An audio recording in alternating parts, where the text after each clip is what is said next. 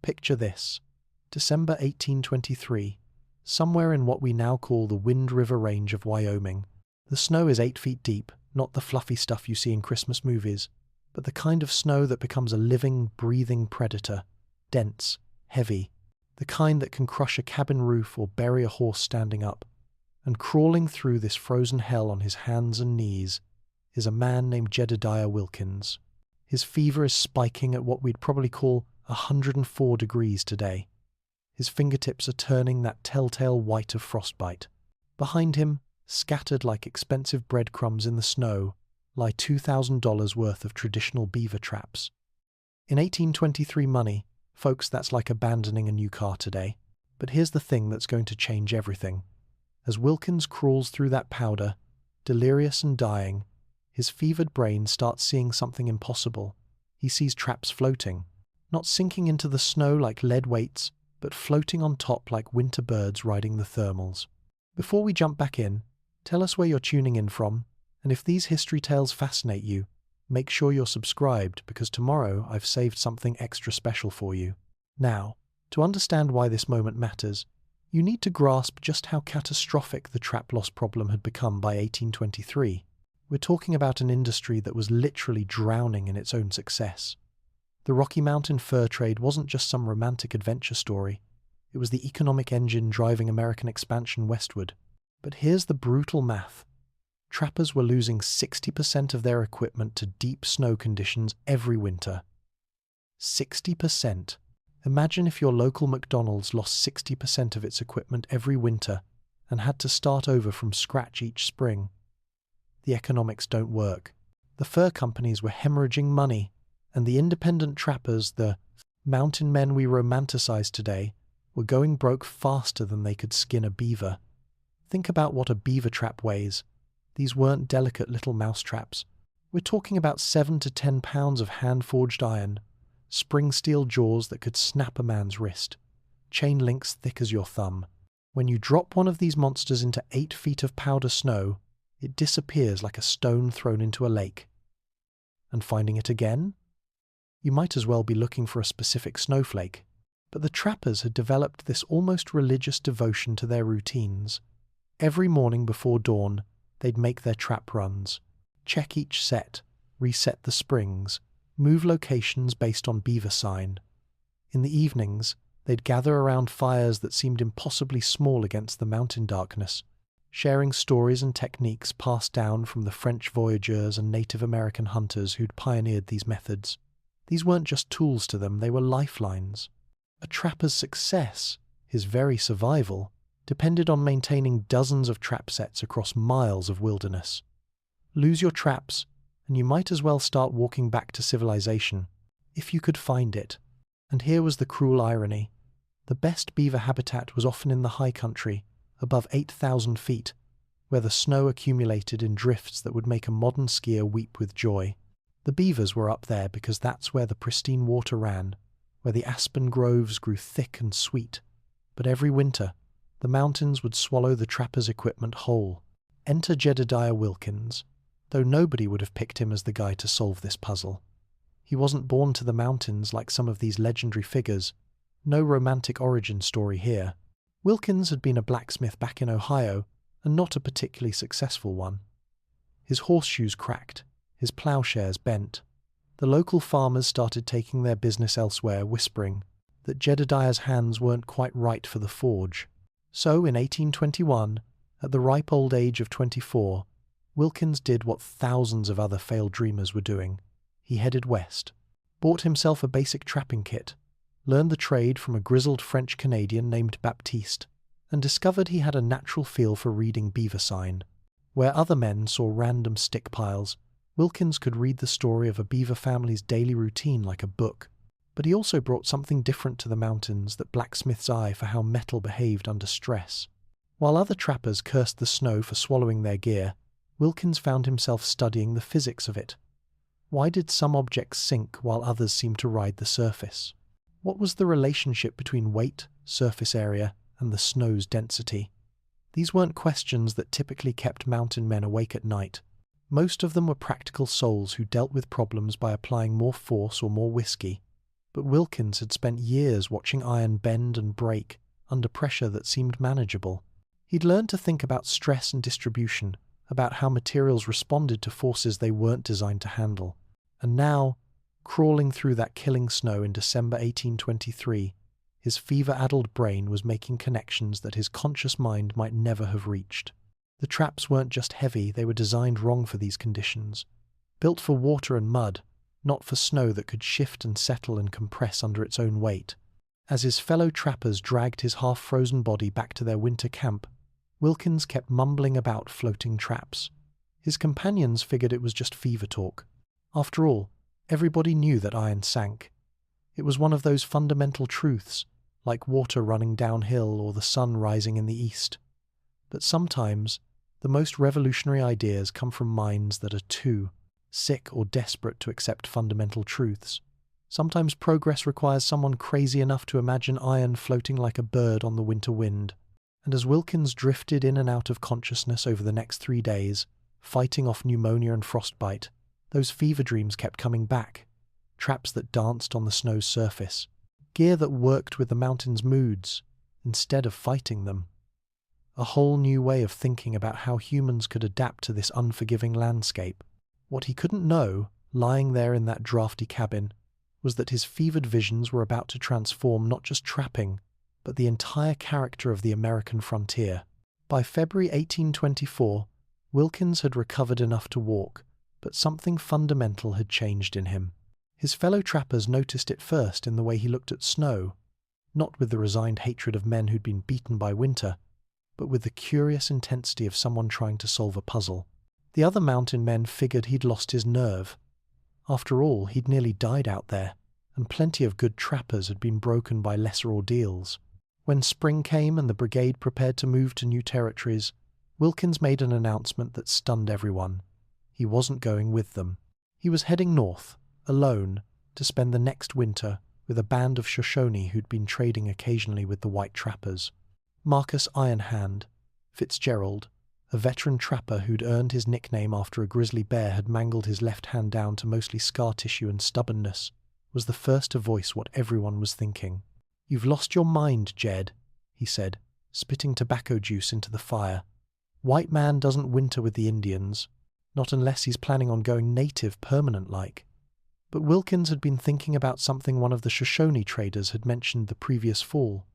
The man had watched the white trappers, struggling with their heavy equipment, and made what seemed like an offhand comment. "You fight the snow like enemy. Snow is not enemy. Snow is, how you say, dance partner." The idea had been rattling around in Wilkins' head for months. What if the fundamental problem wasn't the snow at all? What if it was the trappers' approach to working with it? So, in October 1824, Jedediah Wilkins walked into a Shoshone winter camp carrying nothing but his basic supplies and a head full of questions. The band's leader, a weathered man called Running Elk, agreed to let him stay, though Wilkins suspected it was more out of curiosity than hospitality. After all, how often did a white trapper voluntarily sign up for a winter of eating pine bark soup and sleeping in hide lodges? What Wilkins discovered over the next 5 months changed everything he thought he knew about survival in the mountains. The Shoshone didn't fight winter, they danced with it. Their snowshoes didn't just keep them from sinking. They were designed to read the snow's moods, to work with different densities and conditions. Their hunting techniques adapted to how prey moved through deep powder. Everything they did was about partnership, not conquest. But it was an old woman named Gentle Fox who first understood what Wilkins was really after. She'd been watching him study the way different objects behaved on the snow's surface, how a piece of bark could support surprising weight, how certain shapes seemed to ride the powder instead of cutting through it. "You want to make iron float," she said one evening, speaking in the careful English she'd learned from decades of trading with white men. "Is that possible?" Wilkins asked. Her laugh was like wind chimes in a gentle breeze. "Everything floats if you understand what holds it up." And so began the most intensive engineering education of Wilkins's life, though no university would have recognized it as such. Gentle Fox taught him to select willow branches by their flexibility and grain pattern. Not just any willow would do, but specific varieties that grew in particular soil conditions. She showed him how sinew could be prepared to maintain strength in extreme cold, how to weave it in patterns that distributed stress across entire structures rather than focusing it on single points. The mathematical principles she taught him weren't written down in any textbook, but they were sophisticated beyond anything Wilkins had encountered. Surface area to weight ratios, stress distribution across irregular surfaces, the physics of how snow compressed and shifted under different temperature conditions. Working by firelight through the endless mountain winter, Wilkins began building his first floating trap prototype. The basic iron components remained the same. You still needed spring steel strong enough to hold a beaver, but everything else was reimagined. Picture a traditional beaver trap, and you're thinking of something that looks like a steel bear trap with a chain. Heavy, solid, designed to sink to the bottom of a stream and stay there. Now imagine that same trap mounted on what looked like an oversized snowshoe made of carefully selected willow and sinew. The frame spread the weight across a surface area 5 times larger than the trap itself. But here's where Gentle Fox's wisdom really showed. The frame wasn't just about flotation. It was designed to read the snow's condition and adjust accordingly. In fresh powder, the wide surface kept everything on top. As the snow compressed and settled, the frame's flexible construction allowed it to adapt, maintaining just enough buoyancy to stay workable. The sinew webbing wasn't random either.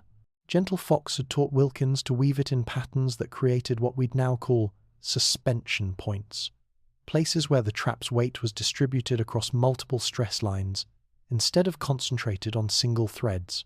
If one strand broke, the others could compensate. By March 1825, Wilkins had built 3 working prototypes. They looked bizarre, like someone had crossed a beaver trap with a spider web, but they worked, more than worked. They floated on snow that would have swallowed traditional traps without a trace. Word of Wilkins' winter project had somehow reached the other trappers, and not everyone was pleased. Marcus Iron Hand Fitzgerald had spent the winter spreading rumors that Wilkins had lost his mind, maybe been cursed by Indian magic, definitely couldn't be trusted with serious trapping business. When Wilkins returned to the White Trappers' spring rendezvous, Fitzgerald was waiting with what amounted to a public challenge. He'd set up a demonstration area where 8 feet of snow had been artificially packed in compressed conditions similar to what had nearly killed Wilkins 2 years earlier. "You want to prove your floating traps work, Jed?" Fitzgerald announced to the gathered crowd of 50 or so mountain men. "Let's see them float." It was a setup, and everyone knew it. Fitzgerald had sabotaged at least 2 of Wilkins' earlier prototypes, burning one and spreading rumors that the others were cursed by Indian spirits. He'd convinced a dozen traditional trappers that Wilkins' innovations threatened their way of life, their hard-earned expertise, their very identity as mountain men. But Wilkins had learned something important during his winter with the Shoshone. The best way to handle resistance wasn't to fight it directly, but to let your work speak for itself. He placed his floating trap on the packed snow surface. The crowd watched as it settled slightly but held firm, riding the snow like a boat on still water. Then he placed a traditional trap beside it. Within seconds, the conventional trap had punched through the surface and disappeared into the powder below.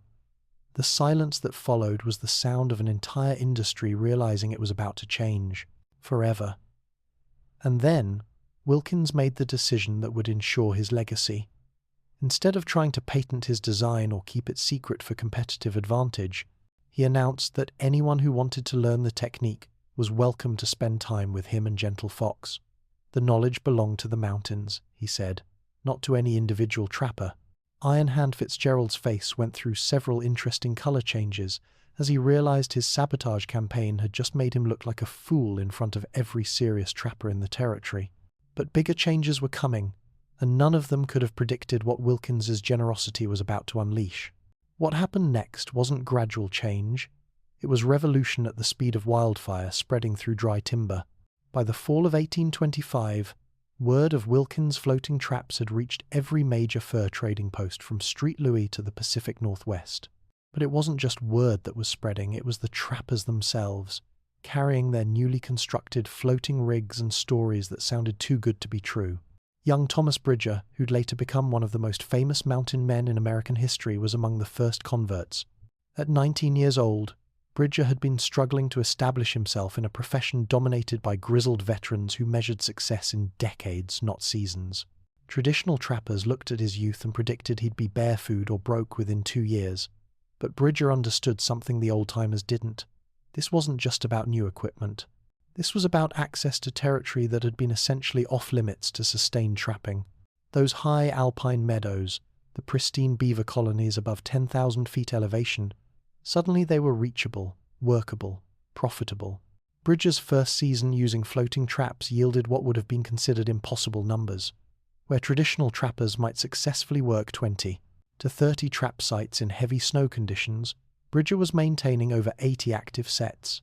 His take for the season exceeded what most experienced trappers accumulated in 3 years. The mathematics of success were becoming undeniable, and the mountain men community started paying attention when someone demonstrated a 300% increase in productivity. This wasn't theory anymore, this was money. But perhaps the most surprising adoption came from an unexpected source. Maria Gonzalez, a Mexican-born woman whose husband had died in a grisly attack the previous spring. Conventional wisdom said widows didn't become trappers, they remarried or returned to civilization. But Gonzalez had 3 children to feed, and no intention of leaving the mountains that had become her home. She sought out Wilkins in the summer of 1826, becoming the first woman to master the floating trap construction techniques. By winter, she was outproducing men with twice her experience, and her success opened doors for other women who'd previously been excluded from the fur trade's economic opportunities. The transformation was spreading beyond individual trappers to entire organizations. The Hudson's Bay Company, that massive British enterprise that had dominated North American fur trading for over a century, initially dismissed the floating trap phenomenon as an American curiosity. Their representatives wrote condescending reports about primitive modifications that couldn't possibly compete with established British methods. That attitude lasted exactly 1 trading season. When Hudson's Bay Company trappers found themselves consistently outperformed by Americans using floating designs, corporate policy changed overnight. By 1828, the company was sending their most experienced trappers south, specifically to learn Wilkins' techniques. Within 2 years, floating traps had become standard equipment across their entire North American operation. The economic revolution was staggering. Territories that had been marginally profitable suddenly became gold mines. The high country, those pristine watersheds above timberline, was now accessible for sustained commercial exploitation. Trapping operations expanded into areas where snow conditions had previously made work impossible. But this success was creating problems nobody had anticipated. The traditional beaver population had evolved over thousands of years in balance with natural predation and seasonal hunting by Native American tribes. Suddenly, that balance was shattered. Floating traps allowed trappers to work beaver colonies year-round, in conditions where the animals had no evolutionary adaptations for avoiding human predation. By 1830, reports were coming in from across the Rocky Mountains about beaver populations crashing. Streams that had supported dozens of active lodges were down to 2 or 3. Some watersheds showed no beaver sign at all. Wilkins himself was horrified. His innovation had been designed to solve a specific technical problem: how to maintain trap sets in deep snow. He'd never imagined it would become a tool for ecological devastation on this scale. The legendary Trappers' Convention of 1831 brought together over 500 mountain men at a massive rendezvous near what's now Jackson Hole, Wyoming. What started as a celebration of floating trap technology became something closer to a crisis conference. Beaver pelts, which had been selling for $6 each in 1825, had dropped to less than $2 by 1831. The market was flooded with furs from previously inaccessible territories, and the animals themselves were becoming scarce enough that even floating traps couldn't find them. Some trappers were already pivoting to buffalo hunting and other pursuits. Others were heading further west, chasing rumors of untapped beaver colonies in Oregon Territory. But a growing number were beginning to question whether their profession had a sustainable future. The social transformation was equally dramatic. The traditional brigade system, large groups of trappers working together under company leadership, was breaking down. Floating traps had made individual operation more profitable than group efforts, and the mountains were filling with independent operators who owed allegiance to no company or collective organization. This shift changed the entire character of the American frontier.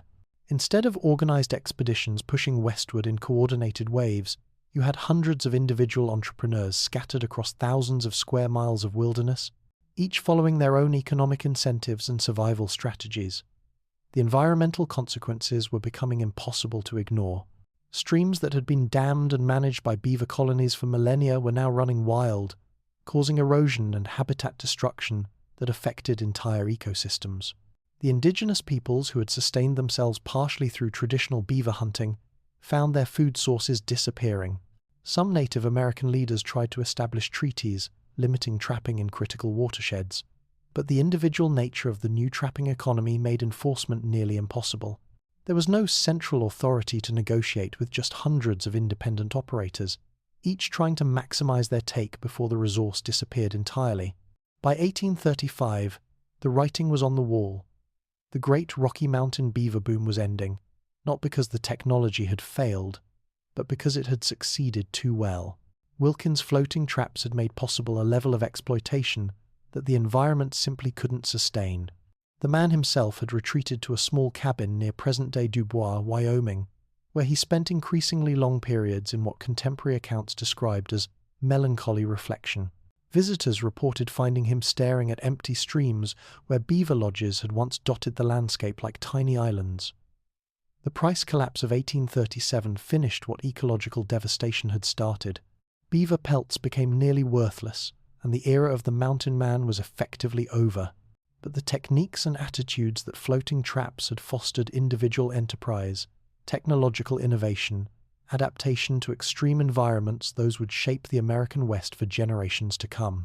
And in his remote cabin, Jedediah Wilkins was beginning to understand that innovation always comes with a price, and that price isn't always paid by the innovator. Jedediah Wilkins died on a bitter February morning in 1841, alone in his cabin except for a half-written journal that would remain hidden for the next 146 years. His final entries revealed a man wrestling with the monster he'd accidentally unleashed upon the mountains he loved. "I sought to dance with winter," he wrote in shaking handwriting, "but taught men to rape the streams instead. May God forgive what my cleverness hath wrought, and may future generations learn to trap wisdom rather than fur." The local trappers who found his body also discovered something unexpected: detailed drawings and specifications for what he called merciful traps, designs that would capture animals alive and unharmed. His final innovation had been driven not by profit, but by guilt over the devastation his earlier work had enabled. But by 1841, the damage was done. The great beaver colonies of the Rocky Mountains were broken, and the mountain man era was ending not in glory, but in ecological collapse and economic ruin. Marcus Ironhand Fitzgerald, Wilkins' old nemesis, had died 3 years earlier, not in some dramatic confrontation with a grizzly or hostile Indians, but from liver failure brought on by cheap whiskey and despair over his obsolete profession. What nobody could have predicted was how Wilkins' floating trap principles would eventually find new life in places and applications that would have astounded their creator. The first unexpected resurrection came in 1857, when a British Arctic expedition led by Captain Francis McClintock adopted modified versions of floating trap designs for use in the search for the lost Franklin expedition. The principles that had kept beaver traps accessible in Rocky Mountain powder proved equally valuable for maintaining supply caches and equipment in the shifting ice of the Arctic Ocean. McClintock's expedition reports, published in London scientific journals, brought Wilkins' techniques to the attention of European researchers, who began applying the weight distribution and surface area principles to everything from snow bridges to mountaineering equipment. The floating trap had evolved into fundamental engineering concepts that influenced architecture, transportation, and exploration technology. But the most significant rediscovery came in 1987, when a team of historians and archaeologists working near Dubois, Wyoming, found Wilkins's cabin and his hidden journal. Dr. Sarah Whitehawk, a Shoshone historian whose great-great-grandmother had known Gentle Fox, was among the first to read Wilkins's complete writings.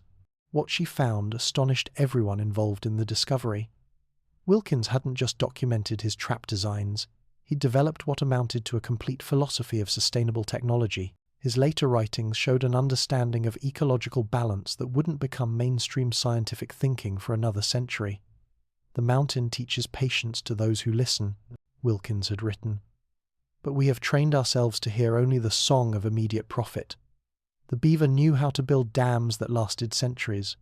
We built traps that destroyed watersheds in decades. Which of us understood engineering?" Dr. Whitehawk recognized something that the earlier historians had missed. Wilkins' descriptions of sustainable trapping techniques weren't original innovations.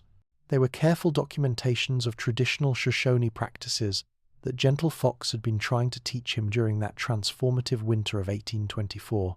The floating trap itself, she realized, had been a rediscovery of ancient principles that indigenous peoples had been using for generations, not for trapping, but for everything from snowshoe design to the construction of seasonal shelters that could adapt to changing environmental conditions. This revelation sparked a complete re-evaluation of Wilkins' legacy. Modern conservation biologists began studying his merciful trap designs, finding applications for wildlife research that required capturing animals for study without harm. The weight distribution principles proved valuable for designing equipment that could function in sensitive ecosystems without causing environmental damage. Contemporary indigenous trappers, particularly in Alaska and northern Canada, recognized Wilkins' later work as an attempt to bridge traditional ecological wisdom with industrial technology. Some modern Native American communities have adopted modified versions of his humane trap designs for subsistence hunting that maintains ecological balance. The floating trap principles have found unexpected applications in modern conservation work. Researchers studying beaver population recovery in Yellowstone National Park use equipment based on Wilkins' designs to monitor dam construction and colony health without disturbing the animals' natural behaviors.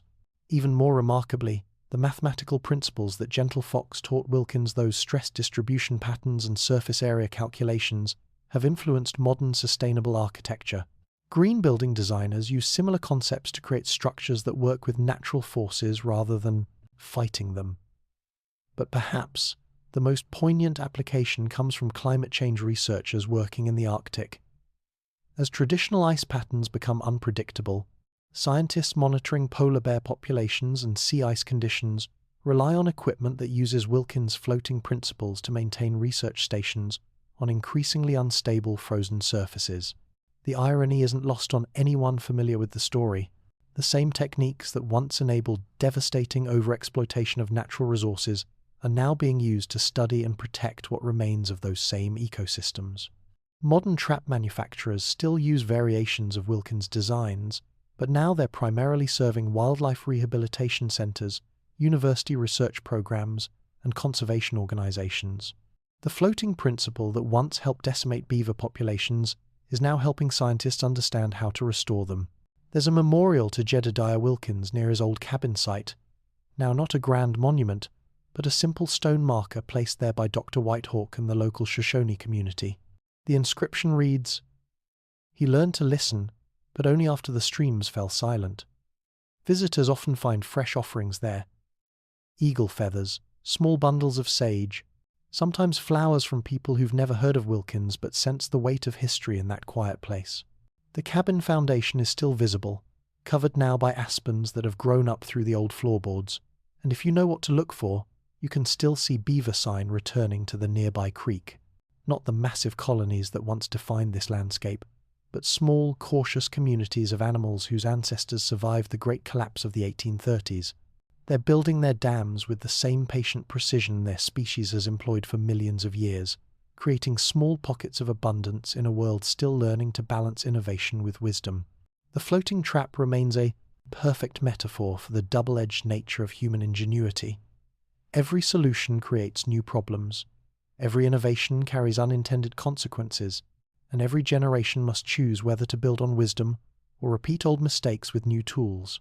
In the end, Jedediah Wilkins' legacy isn't the revolutionary trap design that changed the fur trade, but the hard-earned understanding that true innovation must float on more than just clever engineering. It must rest on the deeper currents of ecological wisdom and respect for the natural world that sustains us all.